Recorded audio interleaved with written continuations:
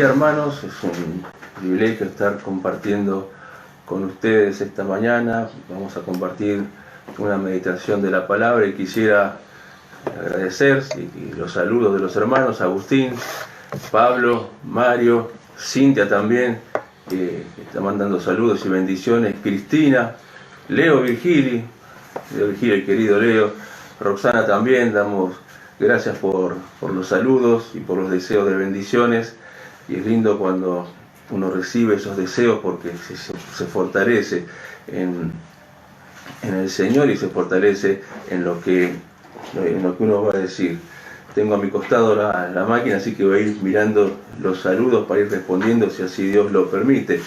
Vamos a tener una meditación de la palabra, pero primeramente vamos a orar.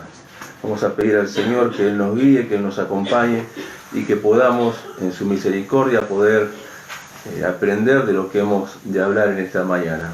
Te agradecemos, Padre Celestial, por este día que nos das. Grande es tu misericordia al permitirnos levantarnos, Señor, con salud, y al permitirnos, Padre Celestial, abrir tu palabra. Gracias, Padre, porque hemos de aprender de ella, Padre Celestial, y queremos pedirte que tú nos bendigas para poder, oh Dios, entenderla, para poder comprenderla, para poder, Padre Celestial, ponerla en práctica. Pedimos por cada uno de los hermanos, los que se han de conectar, y si hubiera, Padre, alguien que todavía no te conoce, que en esta mañana pueda tomar la decisión de arrepentirse y pasar de muerte a vida. Te agradecemos, Padre, por todo, en el nombre santo del Señor Jesús. Amén. Agradecemos a Dios por estos minutos, y siempre que abrimos la palabra, o siempre que tomamos un mensaje o meditamos de la palabra, nuestro centro es la Biblia. No por nada el apóstol Pablo le escribe a Timoteo en el capítulo 3, versículo 16, un pasaje conocido, no lo vamos a buscar, donde dice: toda escritura es inspirada por Dios. Encontramos en la Biblia que la palabra de Dios reflejada en ella es perfecta. Todo lo que Dios inspiró a sus siervos es perfecto. Por lo tanto, es útil para que podamos leerlo, es útil para que podamos ponerlo en práctica. Ahora, Dios en su palabra, o Dios en la Biblia, pone la palabra en el lugar justo. No hay palabra fuera de lugar, no hay palabra fuera de contexto. La Biblia es el libro perfecto porque vuelca en papel el pensamiento de Dios. La Biblia, como escuchábamos hace unos días atrás, no contiene la palabra de Dios, sino que es la palabra de Dios. Por lo tanto, no tiene injerencia humana. No hay hombre que haya podido poner un punto en estos libros que se han dictado a través de los tiempos. Y hay en la Biblia versículos clásicos, y vamos a buscar el de Romanos 5:8 para leerlo, un versículo que para aquellos que leemos la palabra es conocido, pero que siempre deja una enseñanza nueva. Dice Romanos 5:8: mas Dios muestra su amor para con nosotros, en que siendo aún pecadores, Cristo murió por nosotros. Y podríamos pensar que hay en la palabra o en este versículo palabras que resaltan, palabras importantes, que son más, valga la redundancia, importantes que otras. Podríamos hablar, por ejemplo, del amor, mas Dios muestra su amor. Podríamos hablar de la palabra pecadores, podríamos hablar de Cristo, que es lo superior, lo máximo. Podríamos hablar de que murió, y podríamos pensar que estas palabras son más importantes que el resto, pero yo quiero detenerme en las primeras tres palabras: más Dios muestra. Y estas tres palabras hace varias semanas que me vienen dando vuelta a la cabeza, y meditaba en ellas y veía la importancia, ¿no?, de estas palabras, porque están reflejando un Dios que no esconde nada al creyente, un Dios que no esconde nada al hombre, un Dios que muestra todo lo que piensa y todo lo que desea hacia el hombre. Cuando vamos al Salmo 103, versículo 7, no lo buscamos, habla de que sus caminos notificó a Moisés. No le escondió nada a su siervo Moisés de lo que iba a hacer. Moisés sabía hasta el día que iba a morir, y dónde iba a morir, y cómo iba a morir. Cuando vamos a Génesis 18:7, Dios habla con Abraham y dice: encubriré yo a Abraham lo que voy a hacer. Dios a Abraham no le había escondido nada, le había dicho de su hijo, a qué edad más o menos se lo iba a dar, qué iba a ser su hijo, la importancia de su hijo, lo que iba a venir después de su hijo. Y a nosotros tampoco Dios nos esconde nada. Todas estas hojas que leemos, todos estos libros que tenemos en nuestra mano, porque la Biblia es un conjunto de libros, no hacen otra cosa que mostrarnos a nosotros el camino, los mandamientos que Dios puso para nosotros, los mandamientos que Dios puso para que vivamos, para que andemos, para que podamos demostrarle a aquel que no conoce al Señor que somos distintos, que tenemos una vida totalmente opuesta, que no pensamos en las cosas que nos rodean, que nuestra esperanza no está puesta en las cosas que nos rodean, sino que pensamos en algo que está más allá de este mundo, en algo que está más allá de esta tierra, y que nuestra esperanza no está puesta en hombres, no está puesta en sistemas, no está puesta en ideologías, sino que nuestra esperanza está puesta en la gloria. Porque la Biblia, que es el libro perfecto, que es el libro de Dios, así nos muestra que aquel que cree en el Señor Jesucristo morará por siempre en la eternidad. Ahora, dijimos que Dios pone en su palabra sus mandamientos. Desde el Génesis hasta el final de la Biblia en Apocalipsis encontramos con ejemplos de hombres directamente de la palabra de Dios, con enseñanzas del Señor Jesucristo, cómo debemos movernos en este mundo y cómo debemos andar en este mundo. Dios pone en su palabra sus caminos para que nosotros andemos en ellos. Ahora, yo pensaba, meditaba para mí, ¿no? Esto me achica el margen de error. ¿Qué significa?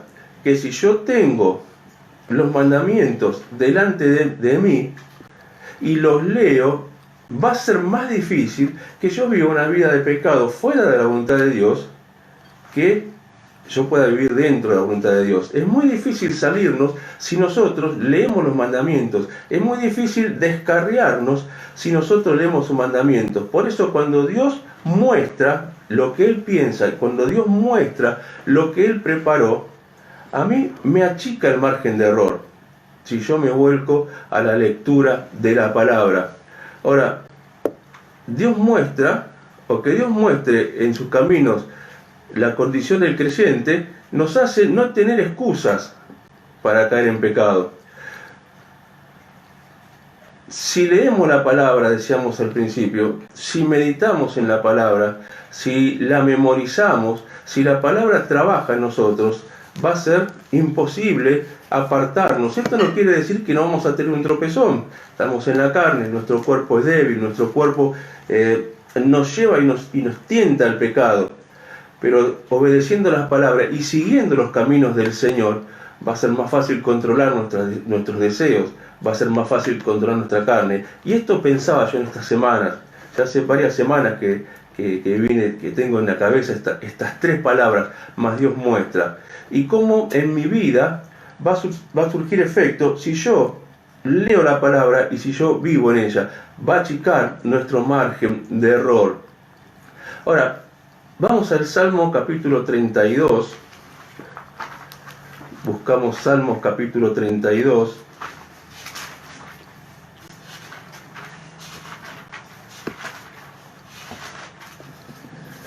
Dice el versículo 8: te haré entender y te enseñaré el camino en el que debes andar. Un Dios que deja al descubierto su camino. Veíamos en Romanos, más Dios muestra. Y acá en el Salmo, el Señor lo habla sin encubrir. Te haré entender y te enseñaré para que andéis. Te enseñaré el camino en el que debes andar. Una obligación que tiene el creyente de andar en el camino del Señor. Una orden que Dios nos da. Yo te enseño porque vos, en mi caso personal, yo debo andar en los caminos del Señor. Un Dios con disposición a capacitar a los hermanos, a sus hijos. Te haré entender. Y qué bueno es cuando nos volcamos a la palabra, porque Él nos hace entender. No es un Dios que de prepo nos mete la palabra en la cabeza. No es un Dios que nos ordena como si fuésemos una mascota o un robot. Él nos hace entender, nos muestra para que nosotros comprendamos cuáles son sus caminos, y para que comprendiendo eso y comparándolo con lo que está fuera del Señor, andemos en estos caminos. Es importante saber lo que el Señor quiere de nosotros, y deja una sentencia en el final del versículo: sobre ti fijaré mis ojos. Al darnos esta posibilidad de saber lo que Él quiere, Dios nos va a guiar y nos va a controlar. Él va a estar mirando nuestro andar para que nosotros, sabiendo eso, podamos andar fielmente en sus caminos. Podamos andar fielmente en sus caminos. Ahora, esto es una obligación para el Hijo de Dios. Vemos el primer versículo: ¿a quién está escrito estas palabras? ¿A quién están escritas estas palabras? A todo aquel cuya transgresión ha sido perdonada y cubierto su pecado. A todos aquellos a quien Jehová no culpa de iniquidad, o sea, cada uno de sus hijos. Por eso es importante el leer las Escrituras, es importante el capacitarnos, y es importante el entender que Dios muestra, que Dios no nos esconde nada, que Dios no nos oculta lo que Él quiere de nosotros. Él muestra sus caminos para que andemos. Ahora nosotros tenemos que someternos a Dios para que Él nos haga entender sus caminos, para que nos enseñe sus caminos y podamos entenderlos a Él. Ahora, es una obligación del creyente obedecerle. Y escribía y pensaba, ¿no? El desviarse de estos caminos es producto de dos factores. Y pensaba, ¿por qué yo me puedo apartar? ¿Por qué yo puedo dejar si tengo tan claro el camino de Dios? Bueno, lo primero que vino a mi corazón es la ignorancia. Y no es la ignorancia que se produce por falta de recursos. Un ejemplo,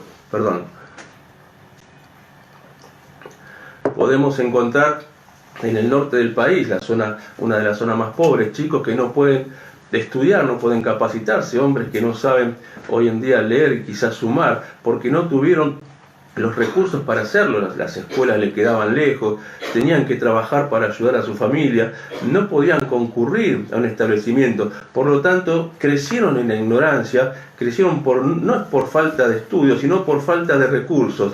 Pero no es la ignorancia por falta de recursos, sino por el producto de la desidia.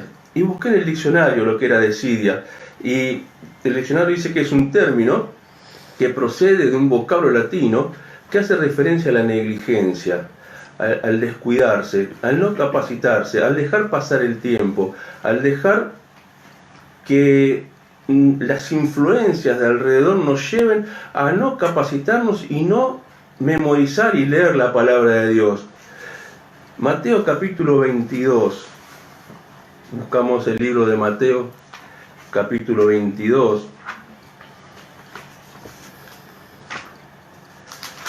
Dios, el Señor, está hablando a los saduceos. Los saduceos le hacen una pregunta, ellos que eran religiosos, que teóricamente sabían de las Escrituras, una pregunta que demuestra al Señor la ignorancia de estas personas. Y el Señor le dice en el verso 29, entonces respondiendo Jesús, le dijo: erráis ignorando las Escrituras y el poder de Dios.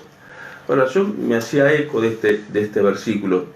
¿Por qué yo puedo errar el camino? Por ignorancia en las Escrituras, y no porque no tenga los medios para hacerlo, porque el Señor nos da la palabra, porque el Espíritu Santo nos habla de la palabra de Dios, el Espíritu nos enseña, nos capacita, los hermanos que enseñan la palabra nos capacitan, pero acá la ignorancia viene por negligencia mía, por no querer capacitarme, por no aprovechar el tiempo, por no aprovechar estos recursos que el Señor me ha dado, y dejar mi alma vacía de la palabra del Señor.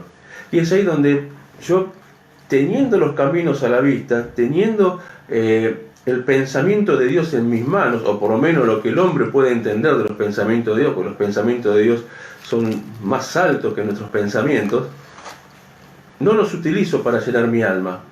Y ahí es donde yo desvío el camino, donde yo pierdo la visión de Dios, donde yo pierdo el sujetarme del Señor. Y el segundo punto que encontré es por deseo de hacerlo. Vamos a 2 Timoteo. Segunda Timoteo capítulo 4.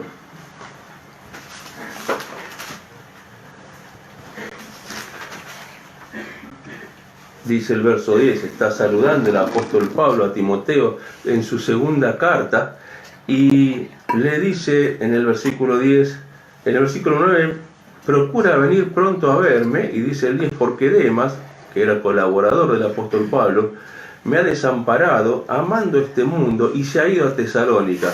Crescente fue a Galacia y Tito a Dalmacia. Pero otro de los puntos por el cual, o de los factores por el cual yo puedo dejar el camino, y es por deseo de hacerlo. Demas era colaborador del apóstol, Demas ayudaba al apóstol Pablo, sin embargo sintió el deseo de dejarlo porque amó más al mundo y lo hizo a conciencia, lo hizo sabiendo lo que hacía, lo hizo sabiendo que el apóstol lo dejaba solo, desamparado. Y esto sucede cuando yo pierdo la visión de los caminos del Señor.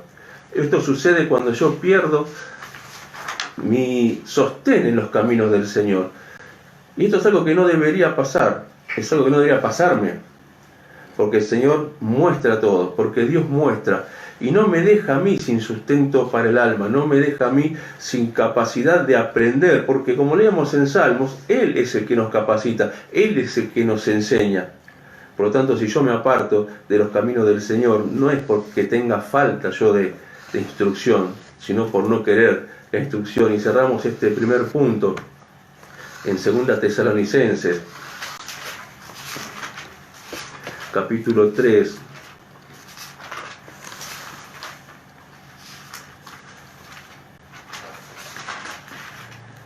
Dice el versículo 3, pero fiel es el Señor, que os afirmará y guardará del mal.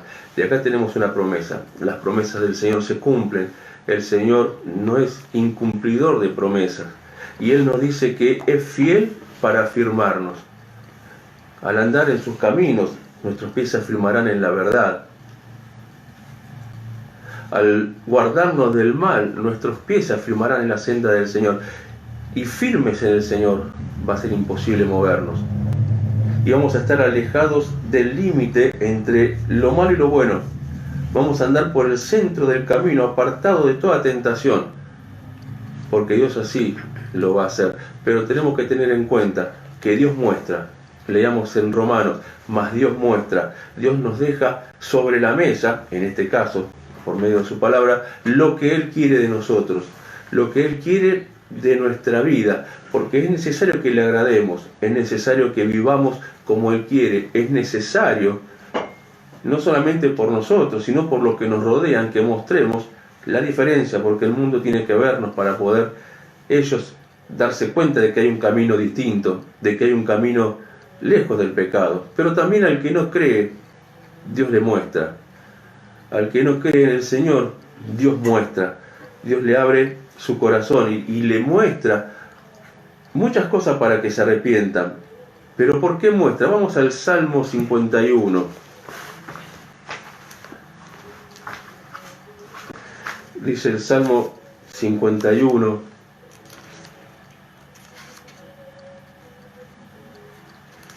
versículo 5.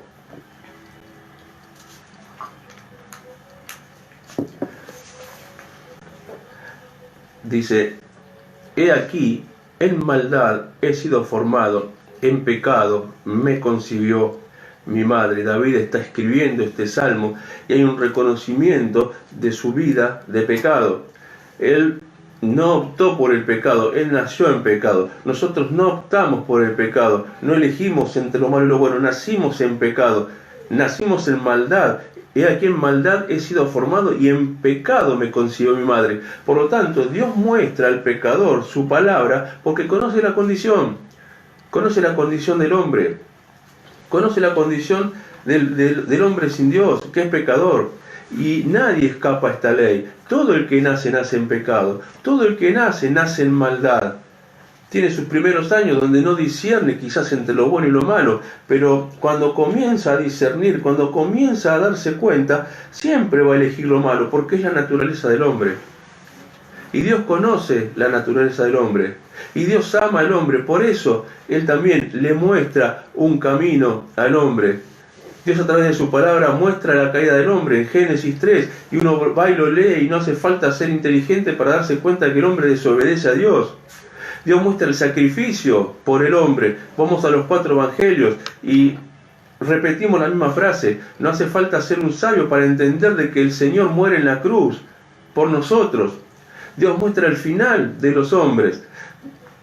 Vamos a Apocalipsis, los últimos capítulos, y habla del cielo y habla del infierno, y no hace falta ser sabio para entender de que los que no creen en el Señor van a ser condenados eternamente. Por eso Dios al pecador, por medio de su palabra, también le muestra su condición, le muestra su desobediencia, le muestra el sacrificio, le muestra su final. Dios muestra en su palabra, porque Dios no tiene vicarios, Dios no tiene reemplazantes en la tierra. No hay hombre que pueda reemplazar a Dios, que esté en lugar de Dios. Dios no tiene testaferros, Dios no tiene representantes en la tierra. Dios no tiene oficina de recursos humanos donde uno puede ir y puede hacer trámites para encontrar la salvación. Dios solamente tiene mensajeros. Dios solamente tiene personas que llevan su mensaje, personas que llevan la palabra del Señor. Y Dios no tiene estas cosas porque Dios trata directamente con el hombre. Dios no tiene intermediarios, decíamos. Dios no tiene representante. Dios trata directamente con el hombre.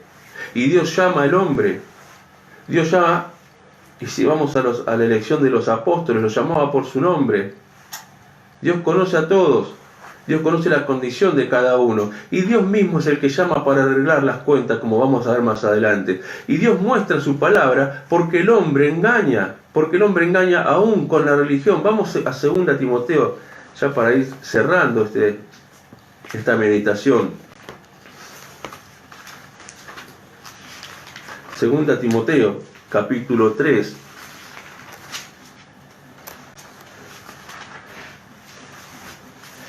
Dice el versículo 13.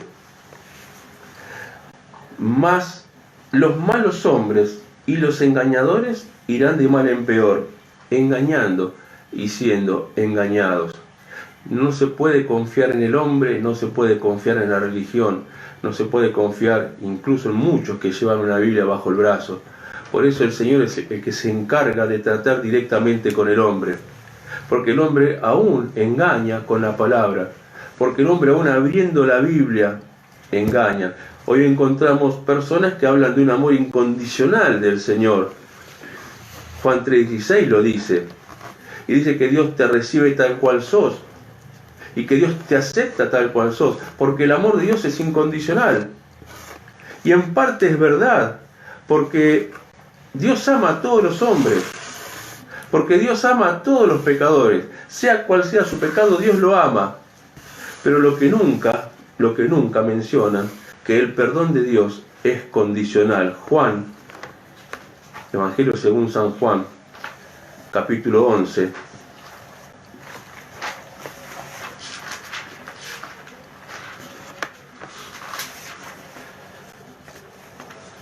San Juan, capítulo 11, versículo 25. Dice el Señor: yo soy la resurrección y la vida. El que cree en mí, aunque esté muerto, vivirá. Y esta es la condición que los engañadores, o de los cuales los engañadores no hablan. Dios te ama, pero no te puede salvar si vos no te arrepentís. El amor de Dios es incondicional porque llama a todos, pero el perdón de Dios es condicional porque está sujeto al arrepentimiento tuyo. Si vos no te arrepentís, si vos no reconoces tus pecados, el amor de Dios no puede obrar en vos. Si vos no le pedís perdón al Señor, el Señor no te puede perdonar. Por más que Dios te ame, por más que Dios haya enviado a su Hijo, si vos no te arrepentís, el amor de Dios no se puede derramar en vos. Y anotaba una frase que me pareció un poco dura y dudaba en decirlo, pero la voy a leer.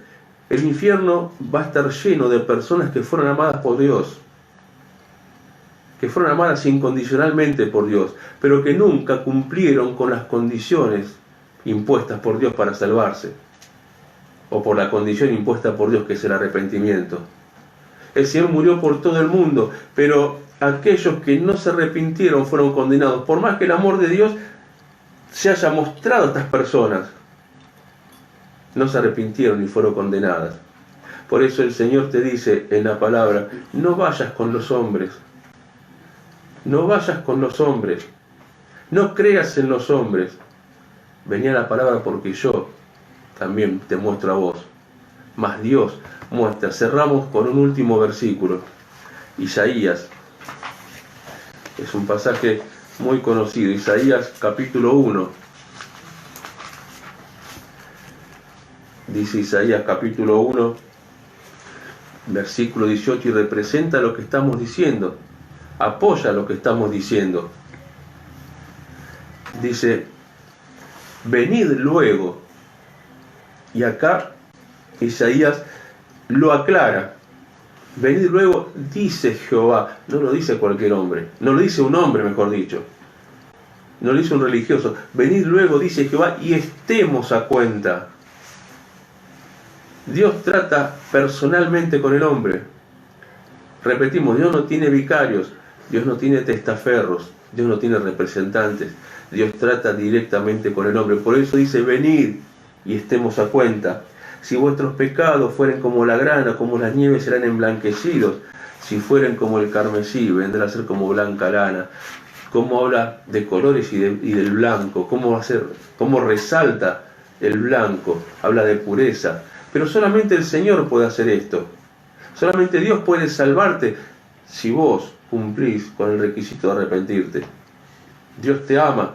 Dios desde el nacimiento tuyo, desde antes de la fundación del mundo que te ama, envió a su Hijo para morir por vos, pero no puede salvarte si vos no te arrepentís.